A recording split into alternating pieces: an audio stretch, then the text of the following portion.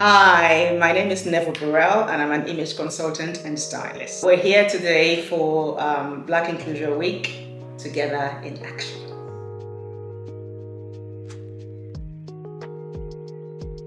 It's important because we need to keep talking about, inclusivity, inclusion, and we would like to keep the conversation going. It's important that it is not forgotten, and that we continue to talk about it, to action, to put in place actions.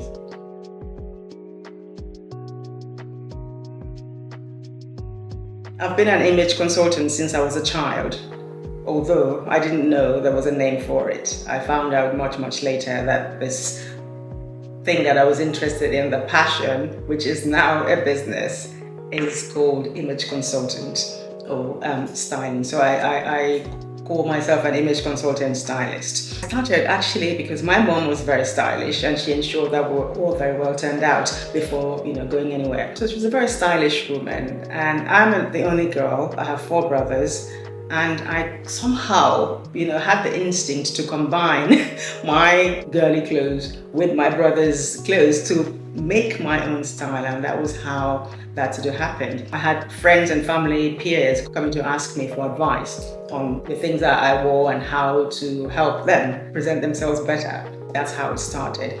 So that passion grew, and I then worked in retail, just sort of feed that desire in a way. I didn't have money at the point to go and buy this type of things that I liked, so of course I would help people spend their money making them look good. And I think the turning point was when a client came I was then working in Selfridges many moons ago, and I helped her with some outfits. She went back and then came specifically to say thank you to me because she was going for an event.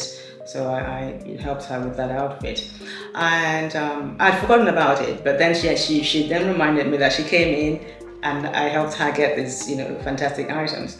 And I asked her how the event went, and her response was completely unexpected.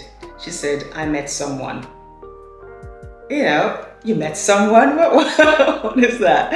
So, which sort of made me think that based on the items that she had chosen before I offered alternatives, she always blended in the environment that she went into, so no one saw her.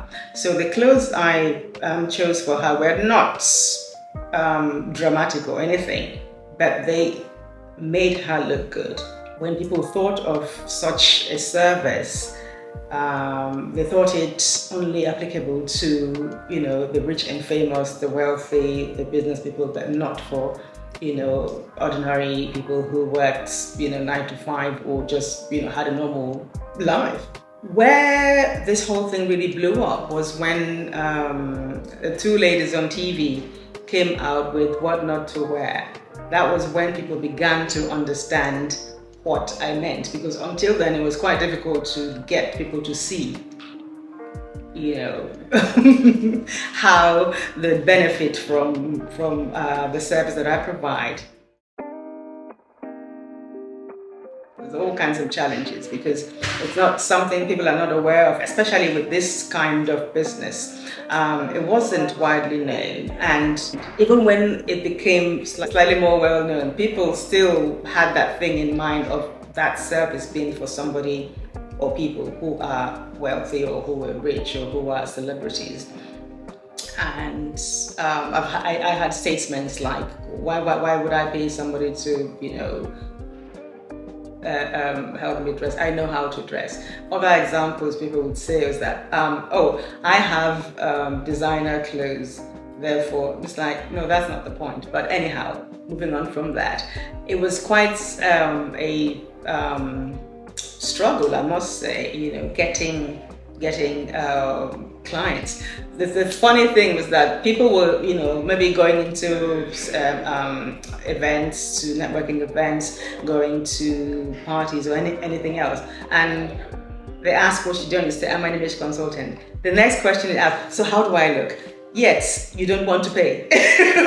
I mean, where is the sense in that?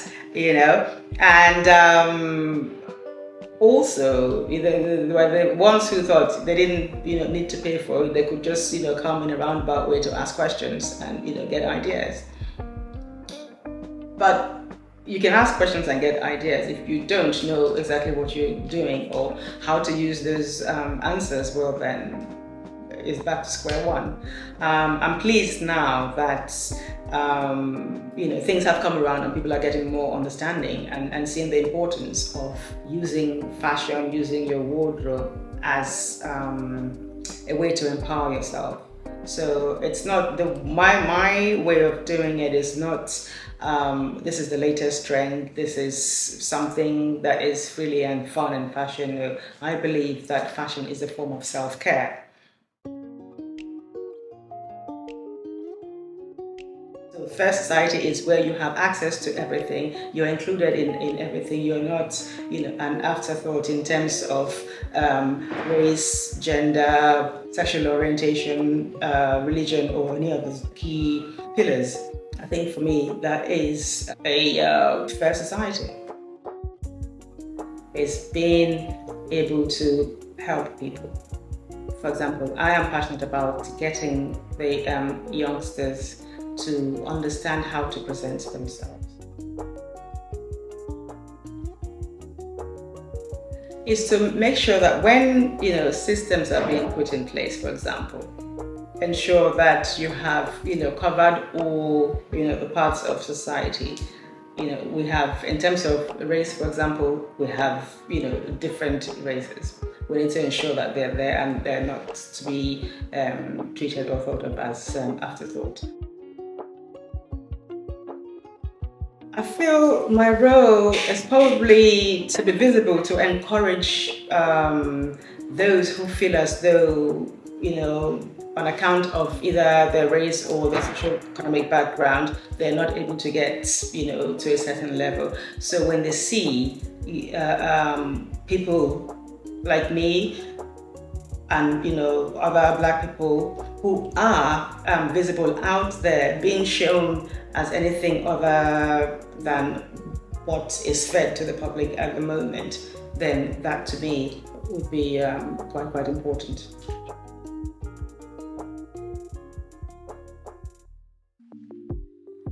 A fantastic thing to happen, because it's been amazing collaborating with other businesses and going in partnership with other businesses to do example pop-ups. I was at a pop-up recently in April in Shoreditch with 4 other Black businesses, but these businesses were based in Lagos, Nigeria. And so there was a fashion, leather accessories, skincare, and jewelry, all manufactured in Nigeria and to a very, very high standard. So we have the pop-up in Shoreditch. And so things like that gives us small businesses a wider reach. Okay, so it brings us exposure.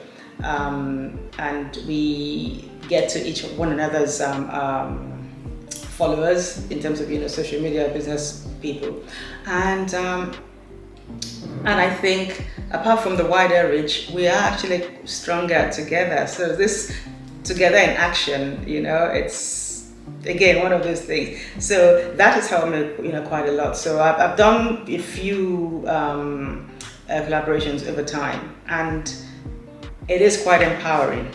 Wider reach and stronger together. Stronger together. Together in action.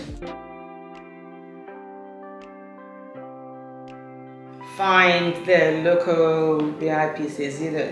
This BIPC, this establishment, has been very, very good to me, and to my fellow ambassadors.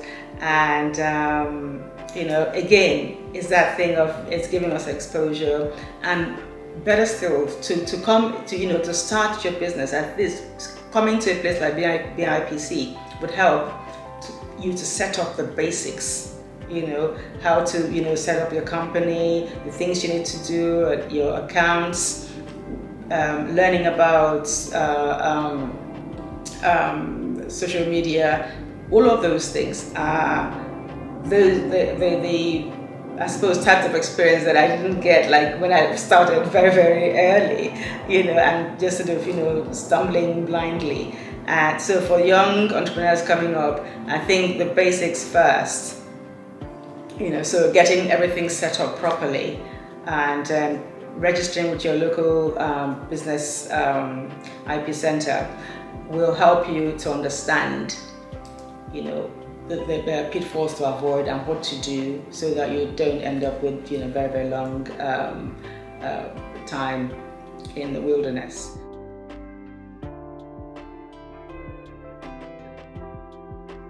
I wish I had maybe a mentor at the time to help me to cut through all the nonsense.